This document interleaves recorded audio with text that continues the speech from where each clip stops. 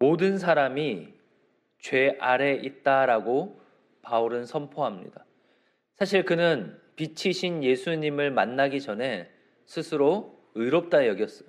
왜냐하면 자신의 아브라함의 자손인 유대인이요 8일 만에 할례를 받았고 율법의 엄한 교육을 받았으며 율법대로 하나님의 말씀을 잘 지키며 살고 있다라고 스스로 믿었습니다. 그런데 빛이신 예수님을 만나고 나서야 바울이 비로소 깨달은 게 있어요. 유대인이나 이방인이나 모두 다 죄 아래에 있다는 것입니다. 근데 이 죄가 왜 문제죠? 죄로 인해 우리는 하나님께 나아갈 수 없는, 하나님의 영광에 거하지 못하는, 즉 하나님의 영광으로부터 끊어진 존재가 되었다는 거죠. 이것이 바로 우리 인생의 가장 큰 슬픔이고 아픔이고 고통이고 절망이라는 거예요. 내가 태어나 보니 육신에 장애가 있어서, 내가 태어나 보니 우리 집은 가난해서, 내가 배운 게 별로 없어서, 내가 가진 게 별로 없어서 괴롭고 힘든 게 아니라 하나님의 영광으로부터 내가 끊어져 있어서 우리 안에는 참 기쁨이 없고 참 만족이 없고 참된 평안이 없고 참된 은혜가 없다는 것을 바울이 깨달았어요. 그러면 이렇게 죄로 인해 하나님의 영광으로부터 끊어진 비참하고 절망스러운 우리의 인생에 어떤 소망이 있죠? 우리가 무엇을 가지고 살아갑니까? 사도 바울이 이어서 말합니다. 고린도후서 4장 6절 말씀입니다.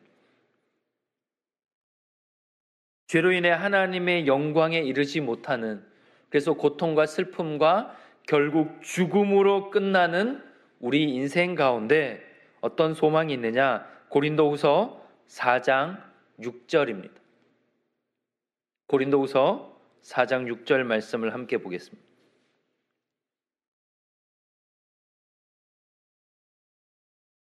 고린도후서 4장 6절 함께 읽겠습니다. 어두운 데에 빛이 비치라 말씀하셨던 그 하나님께서 예수 그리스도의 얼굴에 있는 하나님의 영광을 아는 빛을 우리 마음에 비추셨느니라. 아멘. 이게 유일한 소망이라는 거예요. 죄로 인해서 모든 사람이 죄로 인해 하나님의 영광으로부터 끊어져 있던 우리 인생 가운데 하나님이 무엇을 약속하셨냐? 흑암의 권세 아래 어둠 아래 있던 우리에게 빛을 주시겠다 약속하셨어요. 그리고 누가 오셨죠? 예수님이 오셨습니다.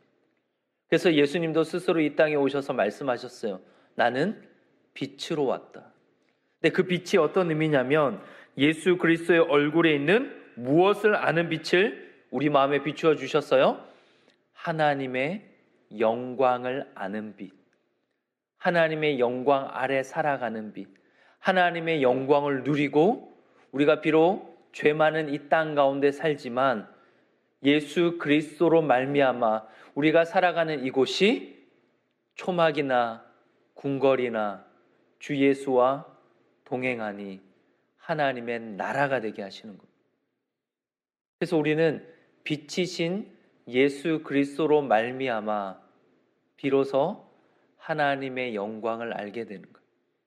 이것이 예수님이 빛으로 오셨다는 신학적인 의미예요. 정리해서 말씀을 드리자면 죄인된 우리가, 흑암의 권세 아래 있던 우리가 빛이신 예수님을 통해서, 빛이신 예수님을 통해서만 비로소 보게 되고 알게 되고 깨닫게 되고 믿게 되고 순종하게 되고 사랑하게 되고 기뻐하게 되고 감사하게 되고 찬송하게 되고 하나님의 영광을 아는 존재가 되었다는 것입니다. 빛이신 예수님을 통해서만. 우리는 그전에는 몰랐어요. 그전에는 못 봤어요. 그래서 인생이 너무 고달팠어요. 외롭고 지치고 고통스러운 그 의미를 알지 못했어요. 그런데 빛이신 예수님을 만나고 나니 비로소 우리는 알게 된 것입니다. 보게 되었어요. 깨닫게 된 거죠. 그리고 믿게 되었고 주님의 말씀을 그리고 그 주님을 사랑하게 되었습니다. 이것이 바로 예수 그리스도를 통하여 빛이신 예수님을 통하여 우리가 받게 된 복입니다. 그래서 예수님의 제자였던 사도 베드로도 이렇게 고백합니다. 베드로전서 2장 9절 말씀입니다. 베드로전서 2장 9절 말씀입니다. 제가 가진 성경은 378쪽에 있습니다. 베드로전서 2장 9절 말씀입니다. 신약 성경 378쪽입니다. 2장 9절 말씀 함께 읽겠습니다. 그러나 너희는 택하신 족속이요 왕같은 제사장들이요 거룩한 나라요 그의 소유가 된 백성이니 이는 너희를 어두운 데서 불러내어 그의 기이한 빛에 들어가게 하신 이의 아름다운 덕을 선포하게 하려 하심이라. 아멘. 빛이신 예수님이 우리를 어두운 데서 불러내셨습니다. 그리고 기이한 빛에 들어가게 하셨죠. 하나님의 영광을 아는 빛, 하나님의 영광 안에 살아가는 빛, 하나님의 영광을 누리고 찬송하며 죄 많고 신음 많은 고통 많은 이 땅에 살지만 주 예수와 동행하니 하나님의 나라를 누릴 수 있는 하늘의 기쁨과 하늘의 은혜 속에서 살아갈 수 있는 빛 안에 우리를 들어가게 하시는 거예요. 그게 예수님이 이 땅에 오신 의미입니다. 그래서 오늘 우리가 함께 읽었던 그 요한복음 8장 12절에 이렇게 말씀하셨죠. 예수께서 또 말씀하여 이르시되 나는 세상의 빛이니 나를 따르는 자는 어둠에 다니지 아니하고. 우린 더 이상 어둠에 다니지 않아요. 생명의 빛을 얻었기 때문입니다. 요한복음 12장 46절에도 예수님이 한 번 더 이렇게 말씀하셨어요. 나는 빛으로 세상에 왔나니 물은 나를 믿는 자로 어둠에 거하지 않게 하려 함이로다. 이것이 예수님이 빛으로 오신 목적입니다. 우리를 더 이상 어둠에 다니지 않게 하시려고, 어둠에 거하지 않게 하시려고 예수님이 이 땅에 오셨어요. 그러면 두 번째로 빛이신 예수님을 우리가 믿는다는 것, 그리고 예수님이 이 땅에 빛으로 오셨다는 실제적인 의미를 한번 살펴보겠습니다. 사도행전 26장 13절입니다. 사도행전 26장 13절 말씀입니다.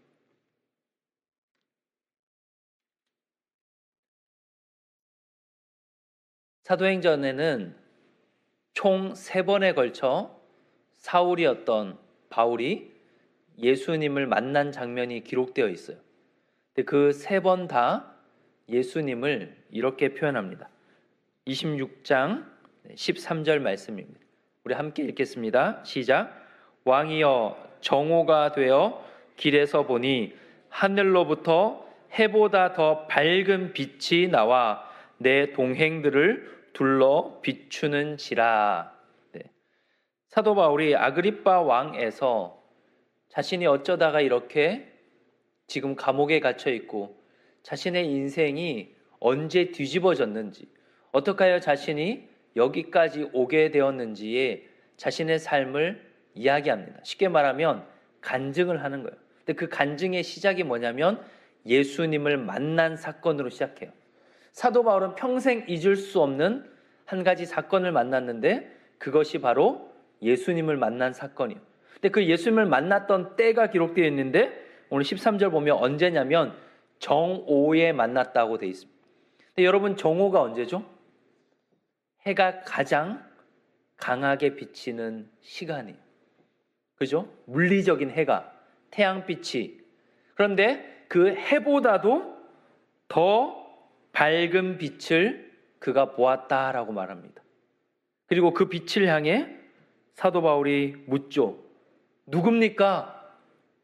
이 빛이 도대체 누굽니까? 라고, 주님 누굽니까? 라고 15절에 물을 때 주님이 이렇게 대답하셨어요. 나는 내가 박해하는 예수라. 사도 바울은 예수님을 하늘로부터 해보다 더 밝은 빛으로 만났습니다. 사도 바울이 만났던 예수님은 빛으로 찾아오셨어요. 그리고 빛 대신 예수님을 만난 바울은 예수님이 아니었다면 결코 살지 않았을 삶을 살게 됩니다. 그는 유대인이었어요. 이방인과 함께 말하는 것, 먹고 마시는 것, 함께 다니는 것, 죽기보다 싫었던 사람입니다. 근데 해보다 더 밝은 빛 대신 예수님을 만나고 그는 이방인의 사도가 되었어요. 이방인과 함께하는 걸 부끄러워하지 않았습니다. 이방인에게 복음 전하는 걸 두려워하지 않았어요. 전에 그는 예수 믿는 사람들을 박해하던 자였어요. 근데 빛이신 예수님을 만나고 박해받는 사람이 되었어요. 고난받는 인생이 되었어요. 예수 믿고 잘 먹고 잘 살고 병이 낫고 성공하게 된 게 아니에요.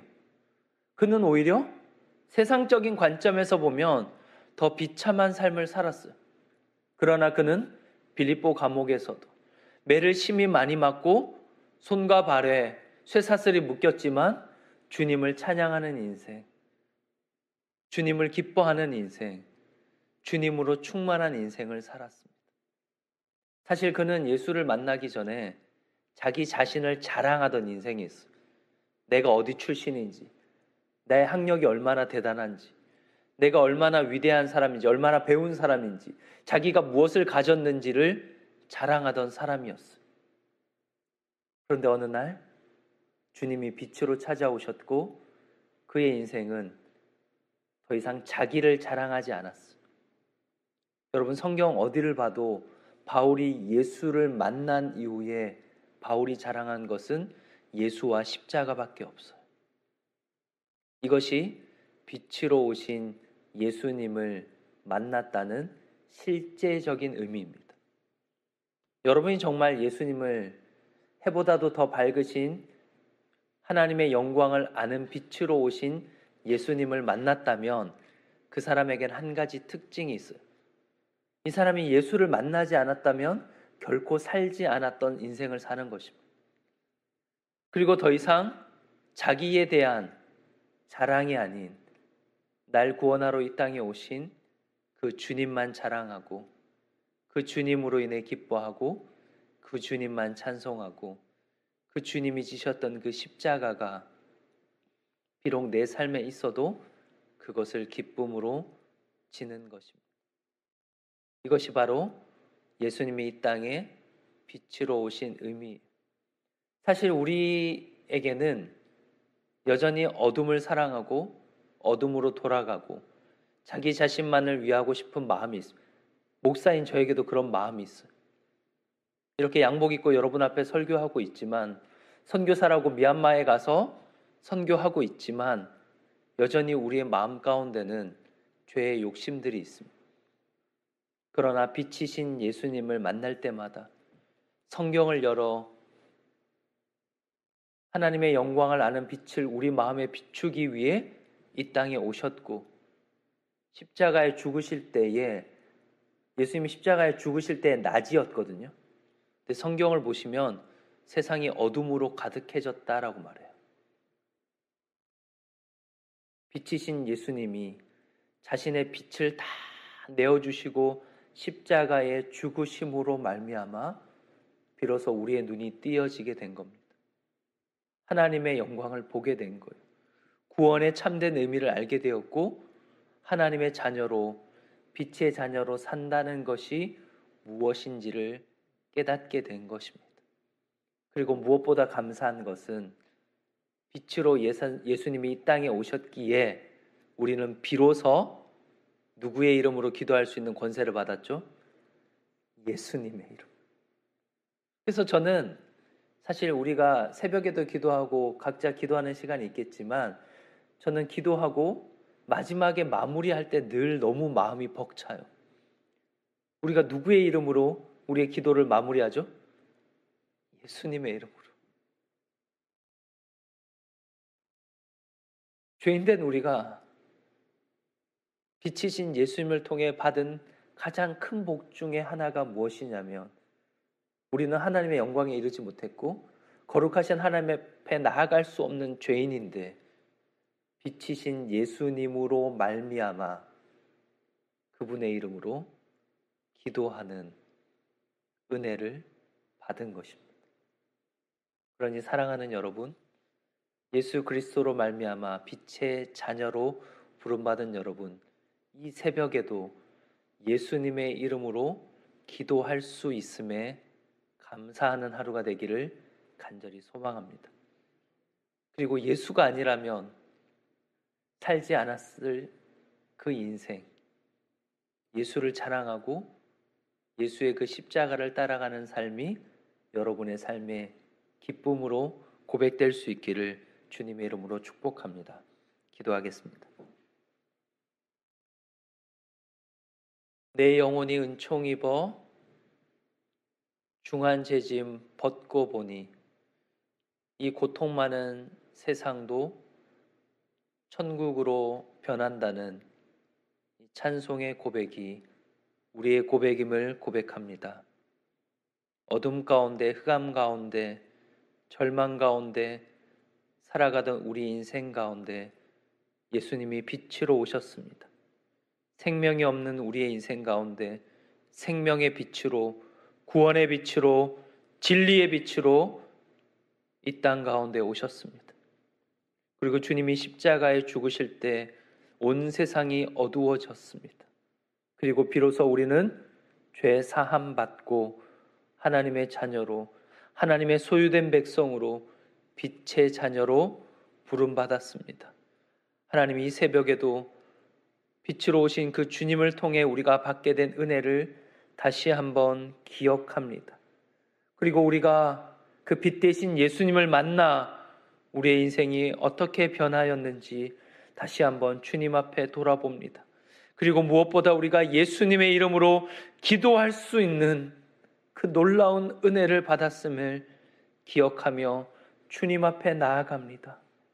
주님, 우리는 여전히 부족하고 연약하고 흔들리고 넘어지는 인생이지만 빛이신 주님께서 우리의 삶의 빛이 되시고 진리가 되시고 참된 인도자가 되셔서 우리의 삶을 이끌어 주심을 믿습니다. 주님, 이 새벽에도 우리가 주님 앞에 나아가 기도할 때에 빛이신 예수님의 이름을 부르며 우리의 삶을 주의 영광을 아는 가운데 살아갈 수 있도록 주여 우리를 인도하여 주옵소서. 감사드리며 거룩하신 예수 그리스도의 이름으로 기도합니다. 아멘.